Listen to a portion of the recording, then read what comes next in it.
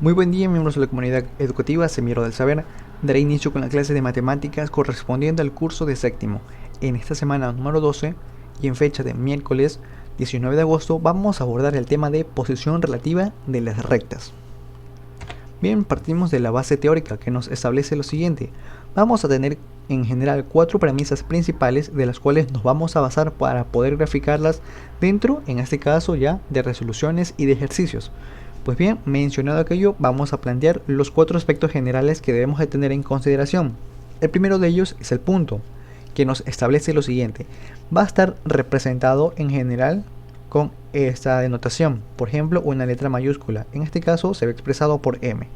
Bien, ahora sí, el contenido de esta nos dice que el punto no tiene dimensión ni medida y se denota con una letra mayúscula. Y una característica aquí es que por un punto pueden pasar infinitas rectas. Pues bien, en general un punto solo va a representar eso, una no medida establecida dentro de un plano. Bien, ahora entonces vamos a pasar con la recta.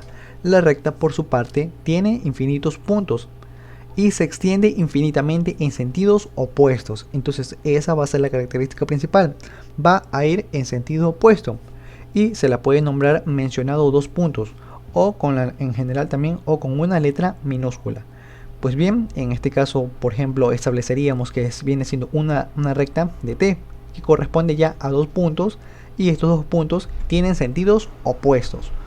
Pues bien, también como mencionabas, se puede escribir o se puede mencionar con 2 letras, en este caso mayúscula, como por ejemplo el punto de N y R, y esta va a ser la secuencia en general que va a ir establecida. Recuerden entonces cómo podemos directamente plantearlas.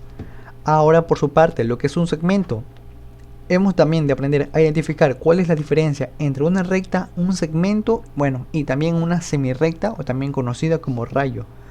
Bien, entonces estas anotaciones por favor, mucho cuidado aquí. Bien, pasamos entonces con lo siguiente.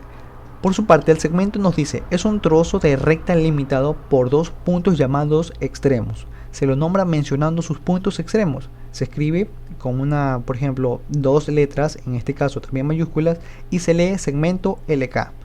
Bien, recuerden que en este caso las letras pueden ser variadas.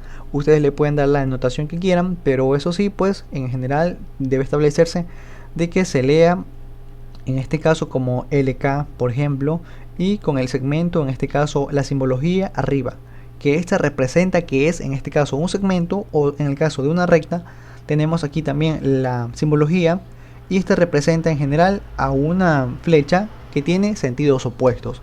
Cuando representa una recta, por su parte el segmento no tiene diferenciación alguna, en este caso solo hay una línea de por medio encima de los valores.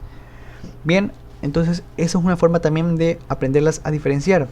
Y recuerden, dentro de un plano la podemos encontrar o diferenciar de la siguiente manera. La recta contiene en este caso sentidos opuestos, decimos que tienen entonces direcciones, una de un lado, en este caso otra de otro lado, mientras que por su parte el segmento no tiene en este caso un sentido, por decirlo de esta manera, sino que se encuentran limitados a ciertos puntos o a ciertos extremos.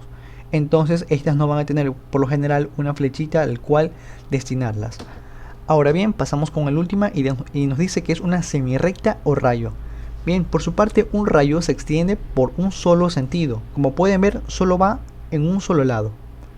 Bien, se lo nombra mencionando su origen y otro punto por donde pase. Se escribe en este caso FD, recuerden que esta es indistintivamente, le podemos asignar otros valores o en este caso otras letras más, y se lee semirrecta FD. Bien, entonces al sentido de que vaya en este caso. Por ejemplo, aquí, como pueden ver, tenemos un lado que no tiene valor, pero el otro sí, porque decimos que un lado sí tiene sentido. En este caso, una recta tiene 2 lados, el segmento no tiene ningún lado y la semirrecta pues sí tiene un lado. Bueno, en este caso solo tiene uno. Pues bien, también allí la diferenciación de las rectas. Ahora por su parte también tenemos la definición de plano, que nos dice que es otra figura que no se puede medir, en este caso, o definir es plano. También tiene infinitos puntos. En general un plano lo podemos encontrar porque va a tener valores en generales muy diversos, entonces no hay una exactitud al cual referirnos. Entonces, porque los valores pueden ser establecidos como por ejemplo con valores altos, entonces el plano va a ir creciendo.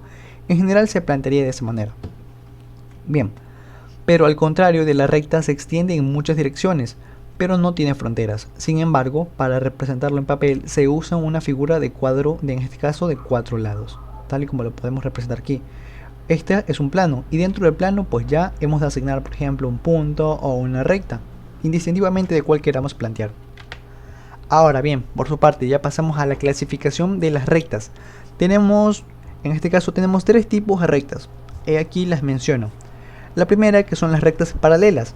Son rectas y a pesar de, en este caso, de prolongar su trayectoria hasta el infinito, nunca se encuentran o se tocan en ningún punto. En este caso, cuando tengamos en un plano, vemos que tenemos dos rectas que están unidas, no unidas del todo, sino que decimos que contienen así una cierta distancia, pero que comparten el mismo sentido, pues esas van a ser unas rectas paralelas. Bien, en este caso también se escribe tenemos una recta, por ejemplo, esta viene representando la recta de M y esta de N. Y decimos, M va a ser, en este caso, paralela a la recta N. Bueno, aquí también tenemos la denotación de cómo se lee, que es como le acabo de mencionar. Se lee la recta M es paralela a la recta N. Bien, tenemos aquí también otro caso que es igual de rectas paralelas cuando tengamos, por ejemplo, una A y B. Como ustedes pueden fijarse, no importa el sentido al que tengan, porque por ejemplo pueden ir variando. En este caso tenemos una diagonal. Aquí ya tenemos, por ejemplo, que están rectas, por decirlo de esta manera. Entonces, la característica que hemos de tener en cuenta es que tienen que, en este caso, compartir un mismo sentido. Bien, aquí también está la manera de cómo se lee la recta M. En este caso es paralela a la recta N, que es muy similar.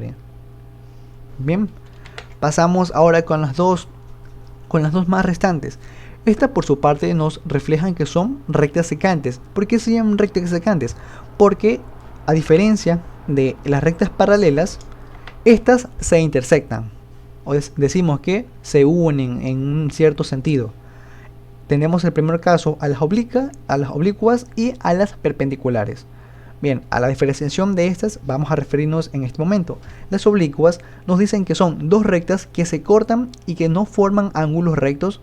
Bueno, en este caso son rectas secantes, oblicuas en este caso. Bien, entonces la base, cómo aprender a diferenciarlas es la siguiente. Estas no van a contener rectas, en este caso, por decirlo, de 90 grados. Recordemos que el ángulo de 90 grados es una línea recta y en el sentido para el que vaya. Por ejemplo, en la perpendicular, que aquí ya viene lo demás. Bien, la perpendicular nos dice son dos rectas que se cortan y que forman ángulos rectos. En este caso son rectas secantes, perpendiculares. Pues muy bien, las oblicuas no tienen ángulos rectos. Por ejemplo, aquí puede variar. En este caso puede establecerse de que son 30 en este caso grados, pero aquí ya vemos que, como pueden ver, sí son ángulos rectos, porque este se compone de 90 grados en este caso. Entonces esa es la diferenciación de cómo podemos identificar una oblicua de una perpendicular. Entonces también tenemos la forma de cómo se escribe. Se escribe en este caso X, la recta de X va a ser oblicua a la recta de Y. Aquí también entonces tenemos que la recta en este caso de P es perpendicular a la recta de Q. Bien, ahora por última instancia tenemos que también la clasificación y la posición relativa de las rectas.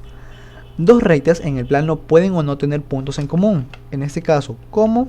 Aquí no hay puntos en común, pero aquí sí. Entonces allí la diferenciación. Las secantes, en primer lugar, ¿cuáles eran las secantes?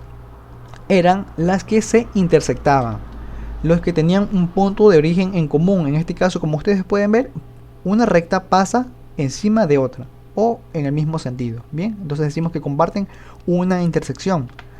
Bien, entonces allí se encuentran las oblicuas. En este caso son aquellas que se encuentran, decimos que se cortan, pero no forman ángulos de 90 grados. Y las perpendiculares, que son aquellas que sí forman ángulos de 90 grados. Tenemos también a las paralelas, que no tienen puntos en común, y las coincidentes, que en este caso teníamos acá que iban representadas por una diferenciación, como podemos verlo, de que los puntos en este caso iban en el mismo sentido. Por ejemplo, tenemos una recta aquí y seguido tenemos otra. Entonces esa es la manera de identificarla. La coincidente, por su parte, tiene que, por ejemplo, estar establecido de que una recta va a ir y otra le continúa, le sigue, le podemos decir así. Pues bien, entonces sería la explicación. Sin más, les agradezco el tiempo y muchísimas gracias.